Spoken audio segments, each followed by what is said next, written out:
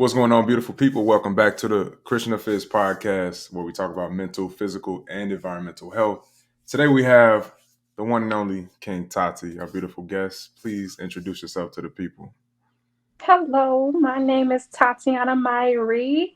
I am a twin, so if you see somebody that looks like me, that may not be me. I did graduate from the illustrious Clark Atlanta University, HBCU grad, proud AUC alumni, and I am a personal trainer. Absolutely. Beautiful intro, by the way. And shout out to the AUC. Shout out to Morehouse. Shout out Spelman. Shout out Clark. All of it. And you are a trainer, right? So can you please talk about your online fitness platform? What is it all about? What do you expect people to see when they come and look at your content? Okay, so my platform is Fraternal Fitness. People may wonder, why did you choose fraternal fitness? Because I am a twin, but fraternal also means that there's differences. Like, are not the same. There's differences. Everybody is different. Everybody is unique. Every client is unique, and they have their own personal strengths. They have their own personal weaknesses. So that is my platform. Can you give us some examples? What are the most like dramatic differences you see when you train clients? Like something that made you really have to challenge yourself and adjust. Okay, so the major differences is capabilities. Like, you may think that this client may look like they're capable of doing something, but in reality they may like have to start from using a weight 5, Hmm. so looks can be like, deceiving. So everybody starts at a different level, so you have to create alternates for each workout. So yeah. Yeah, definitely used to working on the fly and having to adjust. So yeah, got to stay on your toes, most definitely. Um, so let me ask you another question. Um, you talk about fraternal fitness as your platform, um, but do you also identify with the fit mom lifestyle, everything that goes with that, or not necessarily? Okay, so definitely I identify with the fit mom lifestyle. Sometimes it can be hard trying to work out and your kid is right there trying to crawl on your back or crawl underneath you while you're holding the plank. Yeah, So sometimes I incorporate my son into my routine. He's over here right now. He's trying to be incorporated into this video. I think he's trying to get a workout in right now, right? Right. And then I Yeah. do workouts that he can do as well. Hi. Bonjour. Yeah, he ready. You see, he ready to Yes, get I get in try some to. work.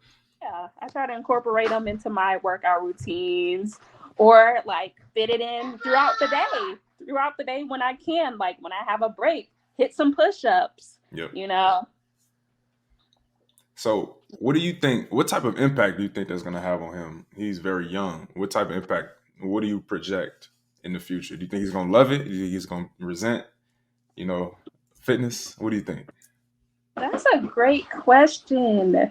I really think the more that he sees me doing workouts, that the more that he will want to do a workout. And see, he's already working out. He's throwing the ball Yeah, he's getting it in. Shot at put, my head and he's Yeah, getting it in.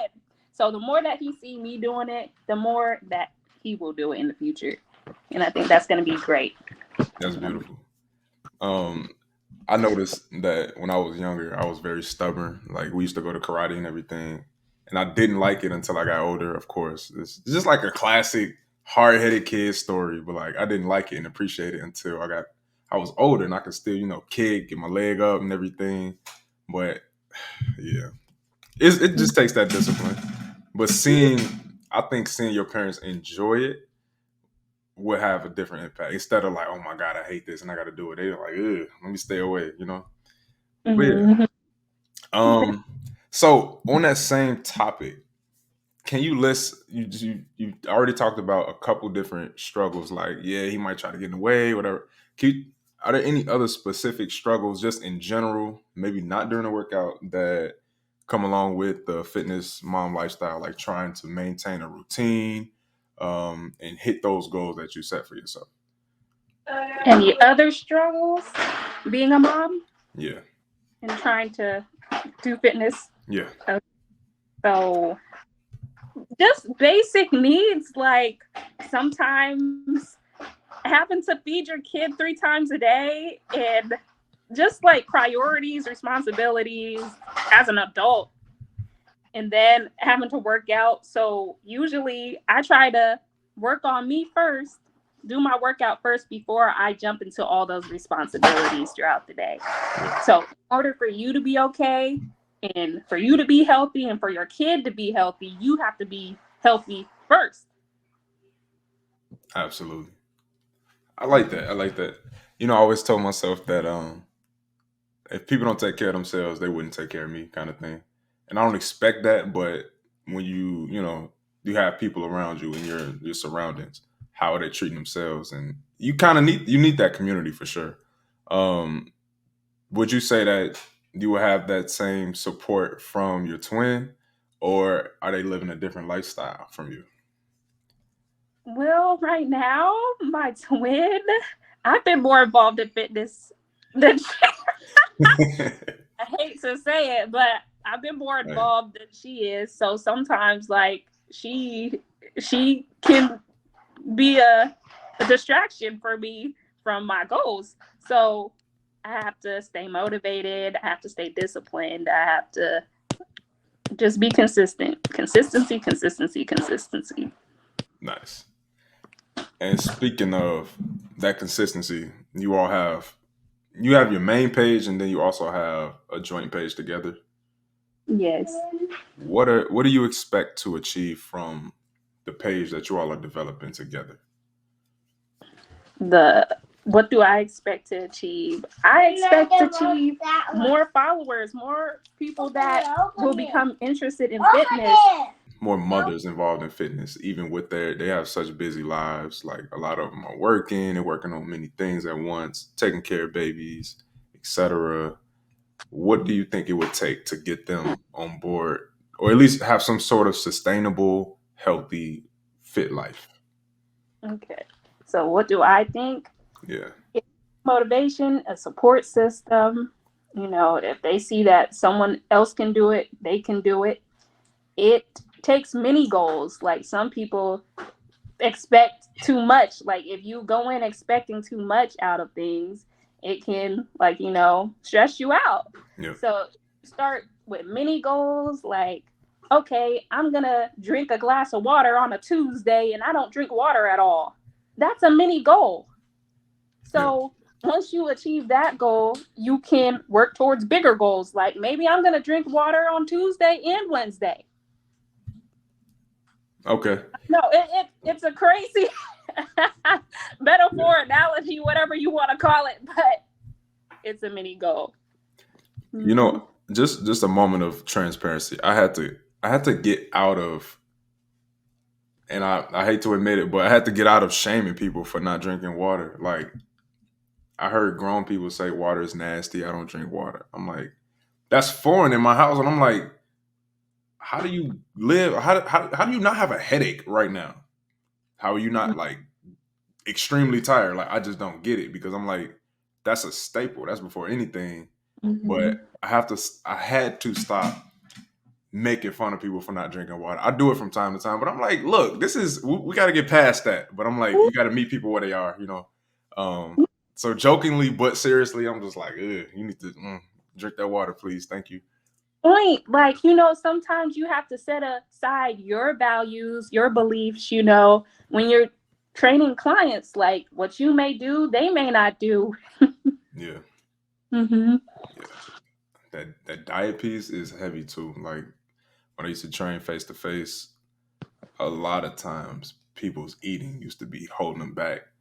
And they'll be going hard in the gym, but as soon as they left, they just went back to eating really whatever, setting them back. So it's like really that not working out for Yeah. no reason, but you're making it harder for yourself. Um, Yeah. how do you respond to that if a client is not adhering to like a diet protocol or guidance or something like that, what would you do, or how do you respond? Okay, so when the eating is holding them back, I respond like, what are you eating? Maybe keeping a journal of what you eat throughout the day can help you. Like, if you're intending to lose weight, keeping a journal, get those calories, maybe like 1,200 calories, aim for that goal each day, count your calories, if you're trying to lose weight. But like with eating, maybe subtracting something that you eat all the time. Maybe it's even condiments. Like maybe it's like, I'm not going to eat mayonnaise on my sandwiches anymore, and starting with that and then looking at the differences. Okay. Mm-hmm. Usually, in my experience, and I wanted to know if it was the same with you. Like when you're training with like middle aged to older people, they may be a little bit more consistent. Is that true with you as well? Like, or Mm-hmm. young people? Okay, yeah. Yeah, very. Why do you think that is? Like they're in a stage of life where they're giving back to the youth, and they're not focused on, I would say they're not focused on that relationship, you know and stuff that we may be focused on. Yeah. So they're giving back to their grandkids, and they may have more time now. They are seeking retirement. They may have more time to work out. Work out for a week and I'm back where I need to be. Like it's when you Yeah, get older, your definitely. hormones and everything is different. So you definitely take everything for granted. So the young people, they're just like, I could skip. It's whatever. It's Yeah, like yeah, definitely, like they may take it for granted because their body, like, can adjust. But when you get older, the balance starts to go. yeah, Like a lot of things start to go, bone and everything, muscle. So, like, it's important to, keep that up. It may not seem important right now, but what you're eating, if you're active, that all like plays out when you get older. yeah. So what's the craziest thing you've seen somebody do? Okay, me or the client? Either one. I prefer the client, but you can share with you. Okay. Real funny thing, Jib. Well, I like to describe workouts using animals. Hmm. So, like when we're doing inchworms, I'd be like, become a worm. Oh my When we're god. doing reverse flies, I'd be like, be a fly. Hmm. That's kind of funny. So I make it fun. Like when Yeah. we're doing gorilla rows, okay, we're a gorilla right now. Okay. So like I try to make it fun. Another funny experience I had in the gym, like I tripped over a bench, Hmm. and I was trying to like give my clients the weights, go get the weights for them. I tripped over a bench, and then my client was all like, "Are you okay?" I'm like, "I'm good," and I was a little embarrassed. You feel like you could bounce back from like a moment like that, like act like it didn't happen, like keep walking off, like Honestly, I made a joke out of it, and yeah, then like I just realized that we're both human. You know, yeah. we're both human. Things happen. Let's get back into this workout. Fact. Cool. So I know you're very the way you come off seems very positive. It seems very cheerful and upbeat. Is is that natural or is it strategic? Like I want people to know that I am this way, or is that just how you are in general, or both? Mhm. That's a great question. So I'm very optimistic. I'm very positive. Like I've been positive, I would say, all of my life. Yeah, I try to be positive because I want people to be positive too with me, because you are what you're giving off. Like if I give off negativity, then my clients may be negative during the workout. yeah, So I try to be positive. I try to exude that confidence because I want them to feel confident within themselves. I want them to feel like, hey, I'm doing this. My body can do this. At the end of the workouts for a stretch, I tell them, hug yourself. That's the last stretch. because you did this. Your body did this. That's beautiful. I like that. Mm-hmm. Cause kind of like, yeah, you embrace yourself, and it's like Mm-hmm. anytime I went in the gym, I would say most times, I always walk out feeling better, no matter what type of crappy day I had. But like I would usually, I think it was only one time I walked out and was like, nah, that didn't work. But for the most part, it worked. So I like that. That's dope. Um, I don't think I've hugged myself. Maybe I'll try it soon. Um, I do talk to I'm gonna myself ask you. like, "Let's I'm go, gonna bro." ask you about it. Okay? Did you hug yourself at the end of your workout? Bet. I think I'm gonna have to steal that. I don't know. We're gonna post a clip. I agree with the feeling better after the workout.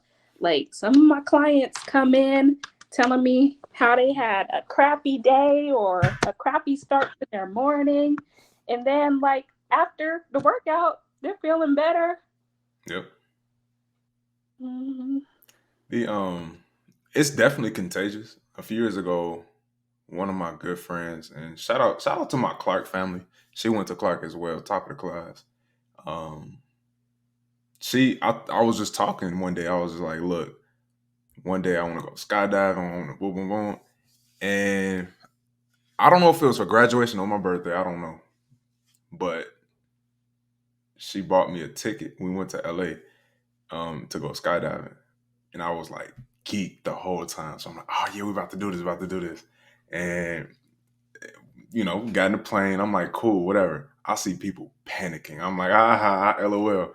So we get up, and the higher we got, I'm like, okay, this is getting real. Like, I'm like, all right, I ain't felt like scared or a little nervous in a minute. So I'm like, we already up here. I can't turn around. There was a girl in front of me. She was like, okay, okay, wait, wait, wait, wait. And dude was just like, mm-hmm. And he just kept scooting. And then, yeah. So he basically threw out the plane with him attached. And then I was like, dang, it's my turn. I'm last. So I went. X And the guy that I was bubble. attached to, he when we jumped out, he told me that I could like control it. Like, so I'm just spinning it. Like, I jumped out a freaking plane, 10,000 feet, spinning. Mm-hmm. And the fact that I was just geeked, I was like, yes, go. And he was just like, dude, so many people come here and they just like have a crappy day. He was like, dude, you just made my day so much better, blah, blah, blah. I'm like, I feel like that's a blessing because I had a blast. And I feel like y'all should too. So I think on that tip, we're on the same page for sure. On to the more mental aspect. So yeah, everything it could be relatively easier when good spirits. But how do you respond when things are challenging? And yeah, I'm gonna ask a follow-up question. But how do you respond when things get hard, things are challenging? Are you still smiling? What's your response when things get tough With my clients with or yourself? with myself when things Yes. get okay. So I'm in a sorority. Yep. I'm in Sigma Gamma Rho, proud member. Shout out So Israel. SG Rho, period. You see the blue, the Mm, royal. So so if I can go through that, I can get through anything. If I can have birth, I can do anything. If fact. you can keep a human for 9 months, you can do anything.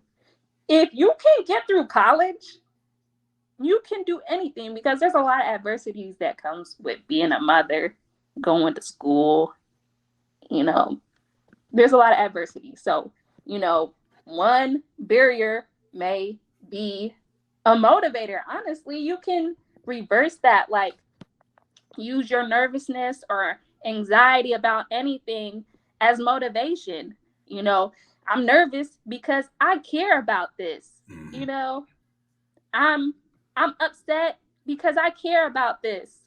So, any situation in life, you can reverse that as motivation. You have so many people that are mothers, but I don't think people like to take a deep dive on that and like, look, this is very challenging, especially guys. Like I saw one of those simulators where they simulate like menstrual cramps and then they will have guys test it out. I kind of want to try it. I'm not gonna lie, but you really don't know unless you have that experience for sure. You can hear all these stories and things like that, but you could even be present, but like if you actually experience those things for yourself, you will understand and appreciate it differently. What about the people that find it challenging to look at it through that lens? Like, what type of advice would you give them? Like, yes, I know I've done all these challenging things, but I may not look at it like that. What's something else that they could look at or focus more on that will help them get through something challenging when it comes to life? Okay. So they can focus on being in the present, like I'm here now. I made it. I obviously care about my workout. I made it. I showed up. Showing up is the first step. Facts. So now I'm here. I have to do my workout. I have to do it. Did I answer that correctly? Yeah, that's a dope response because we sometimes I'm thinking big picture, and I forget about each break. So it's the Yeah. little steps. Like I just started physical therapy, and then they were talking. It was some quote on the wall talking about big steps start with some long strides start with like very small steps. So I'm like, first of all, I could barely do anything like eccentric with my knee. So I literally have to take little steps. I've been humbled completely because usually I'm just careless. I'm doing all these crazy workouts. Now I got to do the little things. I absolutely would love for you to return. We're gonna have some different questions. Probably I have your sister on as well too, or just something soon. But before we go, you have anybody you want to shout out? Fit moms, your I want to sorority. Yeah. my mother. I want to shout out my father. I want to shout out my sister, my son, all my family, all my friends. Everybody supported me. Everybody that's not supported me. Shout out to y'all too, because y'all motivation. Facts. And they will soon, whether they realize it or not. And shout out God. Any lingering or last messages you want to leave the people with? Advice, quotes, anything. Okay, so a quote that I use, I do counseling too. Oh yeah, Tatyanna do counseling, training, everything. Oh. What's that? You name it. Mm-hmm. But I would like to leave you with a quote. I learned this in an upper bound program, like a college readiness program. Mm-hmm. It's good, better, best. Never let it rest until your good becomes your better and your better becomes your best. Oh, You like that? I like Yeah. that. That's a word. That's a word. I like that one. That's That's what it dope. And upward bound, that's high school, right? is. Mm-hmm. So you carried that over from high school and still remember it to this day. That's beautiful. I think I'm gonna share that with my students because, um, yeah, it's always good to share those experiences with the young people. So I'm gonna make sure they get a couple clips and really hear what you had to say. This was beautiful. I actually really enjoyed this conversation.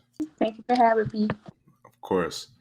And on that note, thank you all so much once again for tuning in. We out of here. Peace.